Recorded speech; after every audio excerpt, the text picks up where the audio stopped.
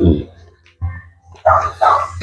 So giingon nito mga higala mga karaftab, evil continually, that even the imagination and the thoughts of their hearts were evil continually. Santa nagperti na gyud kaayo ka dautan. So nauna lang sa utok pagpangutok. So ang ginahimo na sa tao, wala na laing mga idea na mauna ang pag lapas sa kasuguan sa Ginoo. Akong mahinumduman mga higala ko iksaan. Akong napamalandungan ba ang karong panahon na walay laing dili man tanan mga may naghimuan pero ba ang tao karon mga specialist mga war-minded people ilan ang ginatunan na istudihan nila kanunay istudihan eskwela sila sa science o sa mga i-studihan nila to unsa ang pagpatay og tao unsa ang pagpatay og tao so ang pangkaron and that is through the help of the knowledge no na makuha gikan sa satanic agency kung sa pagpatay ng tao so ang tao wala na laing hunahuna kung unsa ang pagpatay karon unaware ta through inventions na gitawag hidden agenda gitawag sa people invention mga nila people's inventions so na mga hidden agenda na is kasi na ay good and evil so na mix siya mga karaftab kining good and evil so unsa nang good and evil nga mix so na-invento ang mga butang nga maayo siya maayo ang purpose mo yung katuyuan pero ang resulta evil sama sa paghimog mga plastics so gwapo man ang himog plastics daghan advantage or good ang intention ng maghimog plastic pero sa paghimog plastic mga karaftab nahitabo na guba ang kinaiyahan no? Na mga plastic na plato plastic na kaldero plastic na kutsara plastic na kabo plastic nga bulak plastic nga kutsara plastic nga kan labaw sa tanan ang pinakadaghang nga plastic karon mao ang gitawag nga plastic og kinaiya so kining kinaiya nimo mga karaftab og kinaiya nako plastic na so mao na destructive kaayo destructive na kay ta mga karaftab so ang nahitabo karon yan naman ano mga plastics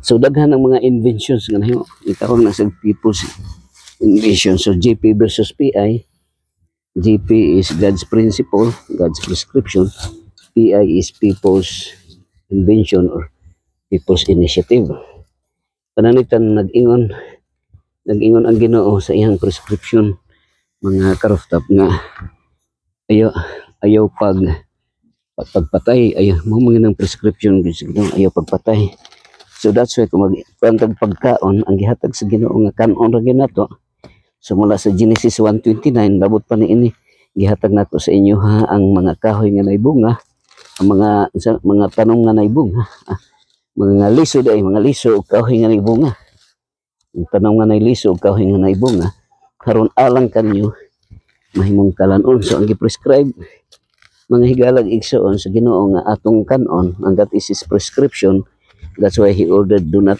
commit do not kill sa do not kill no killing so ang diet nato supposedly gikan sa mga plants mga tanom kay kung ato ng harbison kumukaon ta sama sa marang durian lansunis avocado rambutan so wala nato patya wala sila nagsuffer dapat nga makaayo po sa kanang mga plants nga atong harbison ang ilang punuan mas malipay sila literally akong makita niyo mas maayo ang ilang feelings sa pag pero kung ano sila wala gay nito bisang wala sila literal makita doon ay feeling so ikaw na to wala siya suffering that is happiness. So mukaon tag mga prutas ug gulay mo dinay original kay no killing man, wala pa may sala sa unang panahon, so wa pay pagpatay ano na siya. Pero sa diyan nakasala na ang tao mga karuptab, kay sumala dito sa dimension mismo ni King Solomon sa Ecclesiastes 7 verse 29. Nag-ingon siya, "Lo, one thing that I have found, that God made man upright, but is without many inventions." So yun ang Ginoo na ingon si King Solomon.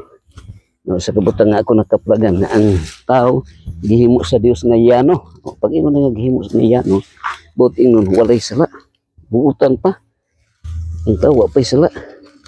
Tapan sa dihang nakasala na ang tao mga higalang igsoon, naghimo siya daghang nga mga paglalang, mga inventions. So halimbawa ang unsa may gi-prescribe sa Ginoo nga imno nato. So ang iyang God's prescription mga higalog igsoon nga imno para sa tao, ang naturang imno is na gyud tubig ra dapat ito. Nya kay ang tao nakahimo na may people's initiative or people's invention. So naka-invento na ang tao og kape ug coke. So ang tao karon sige inom og kape, sige inom og coke. Sa may tabo na ay sakit nga mo takboy sa lawas, di man siguro masakit dayon, dugay-dugay pa, pero naagi tawag sakit. Kaya kung balik taron ang word nga sakit, mao na sa hinungdan nga nay sakit lang gitawag tikas. So ang mahitabo kung atong supakon ang gi-prescribe sa Ginoo nga imno nato tubig ra unta, so ang mahitabo kung masakit ang atong madawat mo, sa di nato gusto madakadawat tag doctor's prescription. So kanang doctor's prescription mga karuftab medyo mahal-mahal, no? Okay. Mabot ng panahon nga mahal need man na to. Mahal man yung medisina, mga drugs. So mo nang ang resulta doctor's prescription man higala. So ang gi-prescribe sa Ginoo nato nga do not kill, no killing. Sa dihang nakasalanan ang tao, ang motive sa tao na nagitaw nga pagkasiloso, pagkigigtiro, dali masuko, dali mangluod. So that's why si na ay people's initiative na siya na mapatay ng tao. So si mga karaftab dunggan na to sa Bible na rato nga si Cain, duha pa lang sila kaigsuon ni Abel. Ito iyan ang gipatay si Abel, hinana siya pagkasilos, pagkasuko.